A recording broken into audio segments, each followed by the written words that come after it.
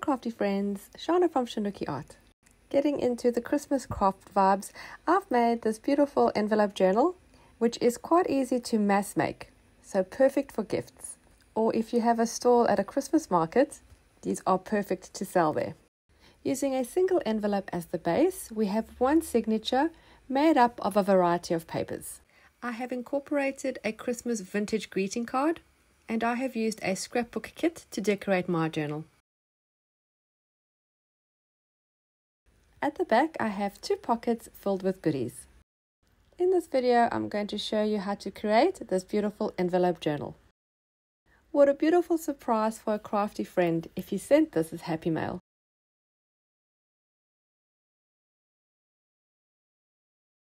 To start off with, we will need a medium-sized envelope, and then you'll need some papers to cover it with. I'm using a scrapbook paper pad. It is by Stamperia and the collection is called Classic Christmas, but you don't have to use that. You can use whatever papers you have. You could also use some gift wrapping or even pages from a magazine. The idea is to cover all the sides of the envelope with some pretty paper. Before I do that though, I am going to add some masking tape on the fold of the envelope where the flap goes up and down, just to reinforce it so that it doesn't tear over time. And we will be stitching our signature in here, so we want a little bit of strength. In hindsight, I could have used one piece of paper to cover this entire area, the front of the envelope and the flap part instead of just the flap.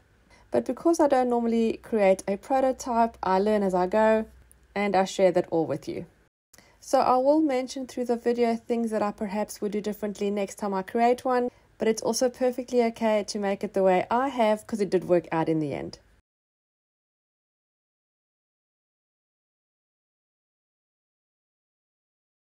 You can also cut the paper first. I find it much easier to first stick it down and then trim off the excess. And I would recommend a thicker cardstock. I know I did mention you can use magazine paper, which is perfectly fine, or wrapping paper, but a thicker cardstock like a scrapbook paper makes the whole journal a bit more sturdy, but it's all personal choice.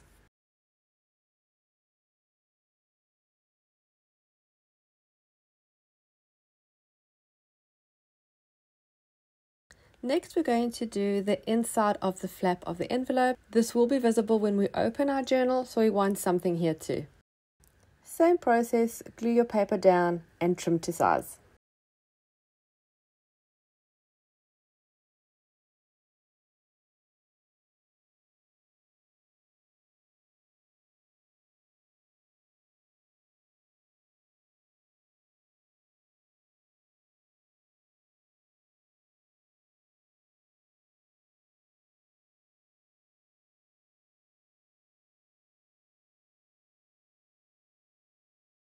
Now we need to cover the back part of the envelope.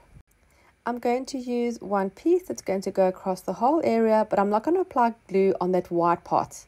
I'm only going to apply glue on the external part of the envelope. If we apply glue to that white part, which is the inside of the envelope, our pocket that we're going to make is going to be half shut. It's not going to be able to put something all the way in. Same process, glue, apply, trim.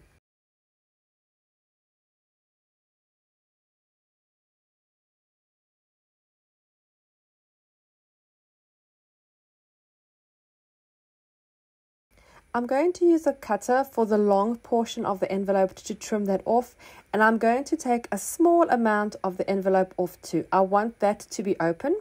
That is where the opening of my pockets are going to be. So as you can see, it's open all the way through. I'm then going to use a ruler and measure the middle between the left and the right of the envelope. This is where I'm going to stitch down the middle to create 2 separate pockets.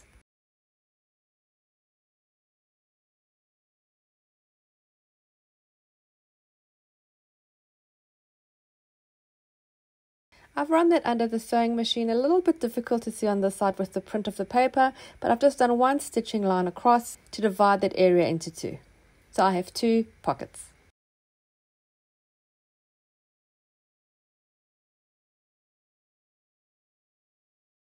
We're now going to apply a piece of paper to the back to cover that up.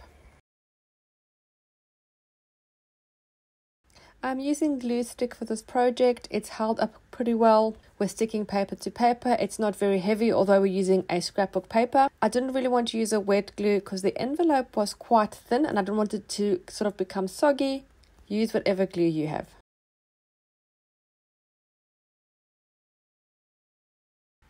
This is also a great way to use up scrap papers that you have, or maybe not so pretty scrapbook papers that you don't know where else to use. You obviously don't have to make this Christmas themed. You can do any kind of theme, and I think these are so fun for mass make. We're now going to prepare the papers for our signature. I've got all sorts of papers. These are pages from a Daphne's diary. I love the different designs that are on there, and I like the ripped edge from the spiral. I always keep that on. Just some papers, whatever you have, coffee stained, printed, plain, from a school book, anything goes. And mine are going to be all different sizes. As long as it fits within the cover of the journal, I don't mind ones that are bigger than the others.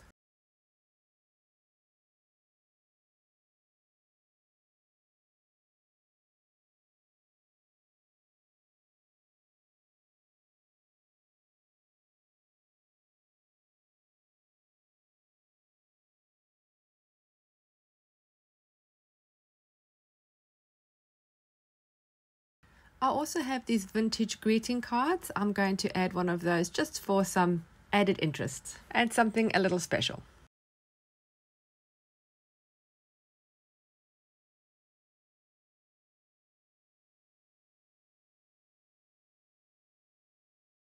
As per usual, I'm not measuring accurately. I'm just placing it on top of the cover and then just ripping it with my ruler to get it down to size. I'm not one for perfection. I love the rough and rustic edges, but of course you can use a cutter or a scissors if you want yours a bit neater and more accurate. I'm using 8 papers in mine, which makes 16 pages and 32 writing sides. You can use as few or as many as you want.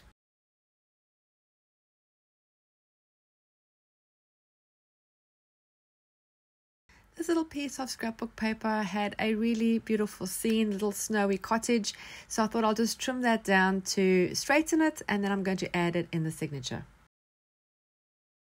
Now the first page that you use for your signature will also act as part of the cover because it will be partially showing. So I would recommend using a piece of paper that fills most of the area. As you can see, mine is that music paper, and we are going to add some decoration to that.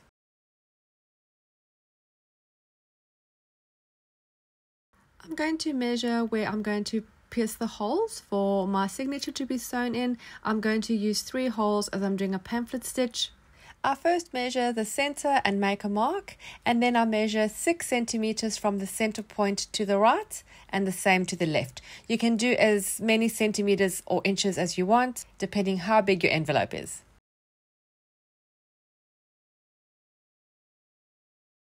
I'm then going to use some large paper clips to hold my signature together, and then I'm going to do the same measuring. I'm going to measure the center point and then 6 centimeters from the center point to the right and then from the center point to the left. I'm then going to use my awl to pierce the holes.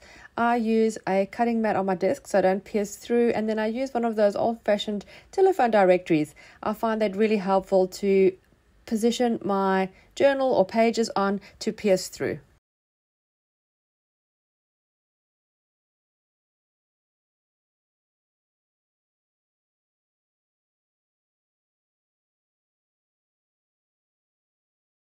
Then got my embroidery needle and my white embroidery thread, and I'm going to now stitch it together with pamphlet stitch. Making sure we have our signature the right way up, I'm going to start by poking my needle through the center of the signature outwards and then through the envelope cover. And then on the outside, going through one of the top holes, on the inside, all the way across down the bottom hole, out again, and then back through the center section. We're then going to remove the needle and pull this quite tight. Don't pull it too hard, you don't want to tear the papers, but you do want to pull it a bit firmly so you can tighten those strings. We're then going to tie it off into a knot or a bow, whichever you prefer. I like a knot because it's a little bit more secure. Now that our signature is stitched in, we're going to decorate that cover. I find this the most fun part. I have a beautiful image from the scrapbook paper that fits perfectly, so I'm going to use that. I'm just going to use my cutter to trim it down to size.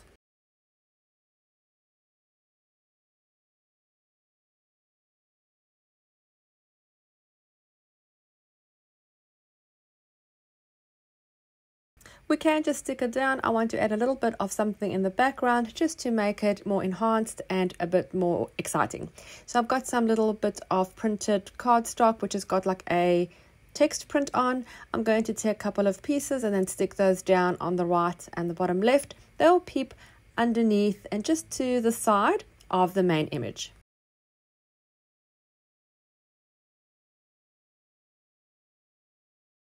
I'm going to use an open scissors just to rough up the edges of the main image. This makes it look really nice and used and vintagey. This method works great with the thicker cardstock. I haven't had much success with thinner paper, but always give it a go. And then to create cohesion, I've got a piece of that same print that I'm using inside my journal as part of the signature. I'm going to add a few pieces just underneath the main image. This will help everything connect.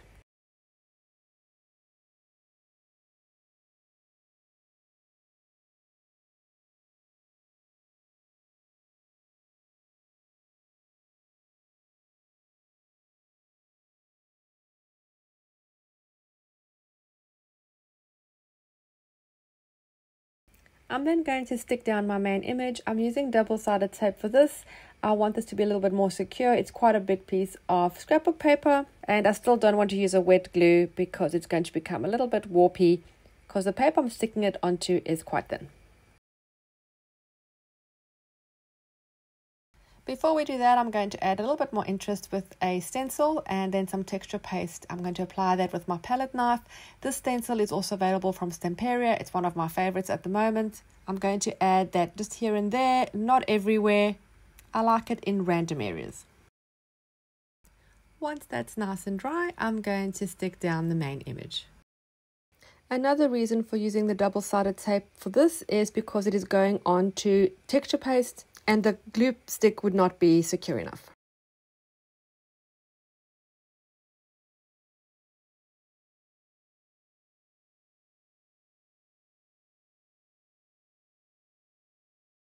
And then to fill the pockets, I have these little Christmas recipe cards. I got these from the Reject shop in Australia quite a few years ago. I found one where the color of the banner is a dark maroon, so it suits the theme. That'll pop into the one pocket.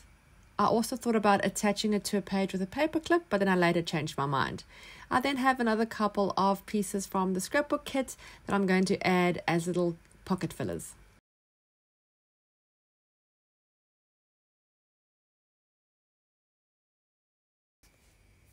And when I tried to pop it in the pocket, it was a little too wide, so I'm just going to trim that down slightly smaller.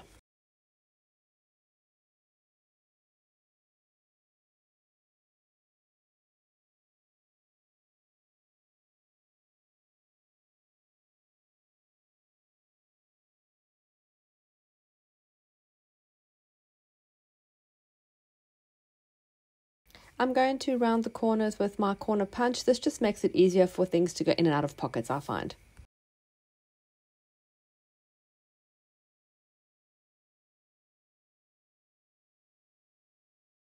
I'm going to attach that recipe card to this postcardy thing that I have. I think it just makes it a bit more interesting if they're joined together. So I'm going to punch a hole after just marking roughly the center portion. And then I'm going to put a piece of fabric tied with some Hessian string as the tie for this.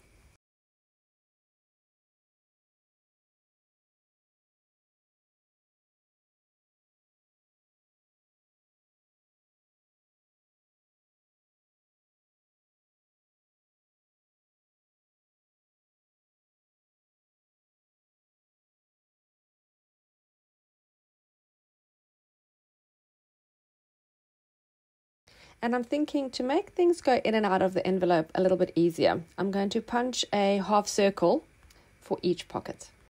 So I'm going to mark just sort of the center section, and then I'm going to do this quite blindly. Normally I'll turn my punch over, so I can see how far in the paper is. I can't really do that because it doesn't fit, so I'm just going to punch and hope for the best, and it actually came out pretty good.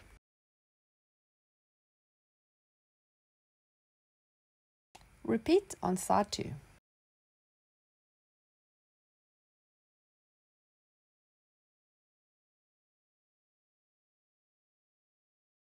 And then I decided I didn't like that big Hessian bow, so I've just undone it and then trimmed the Hessian short. For the other pocket, I'm going to cut a piece of this paper. I love that it's got the baking images, the little cakes. I'm going to measure the size of the other card as my pockets are the same size, and then just use my cutter to trim that down to size.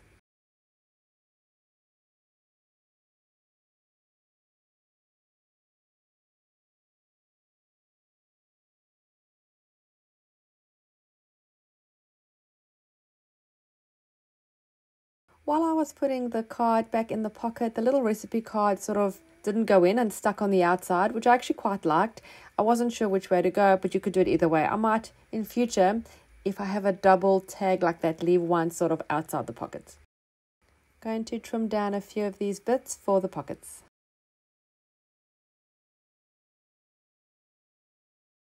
I'm going to go with the same idea and attach this tag onto this card so it's sort of the same like the other one. And for this one, I'm using a long piece of Hessian string, which I will tie into an oversized bow.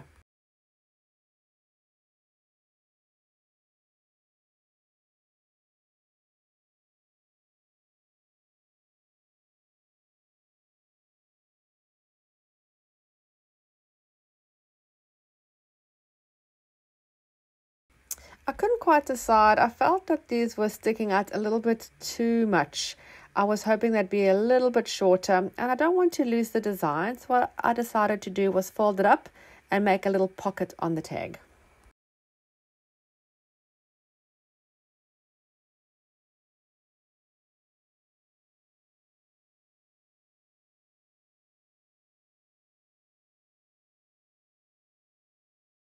I'm going to use a small amount of craft glue just to keep the little pocket down.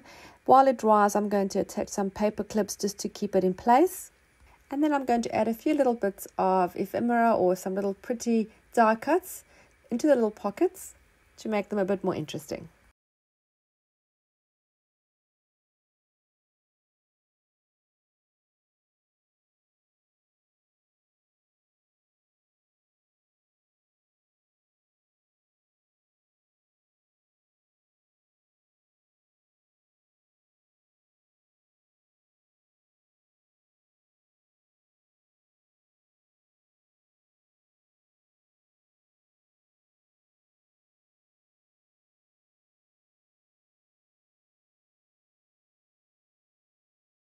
You really can add as much or as little as you want in your pockets. I like to have quite a few little things. I've actually just only put 2 in each for this one. It depends on your style. Once those are dry, we can pop them into our pockets.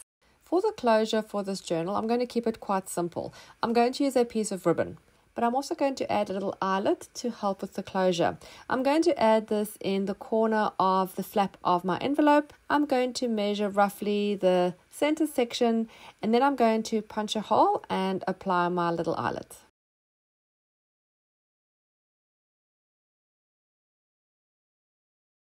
I'm going to feed my ribbon through the eyelet just one way and then wrap it around the journal just once and then tie it off.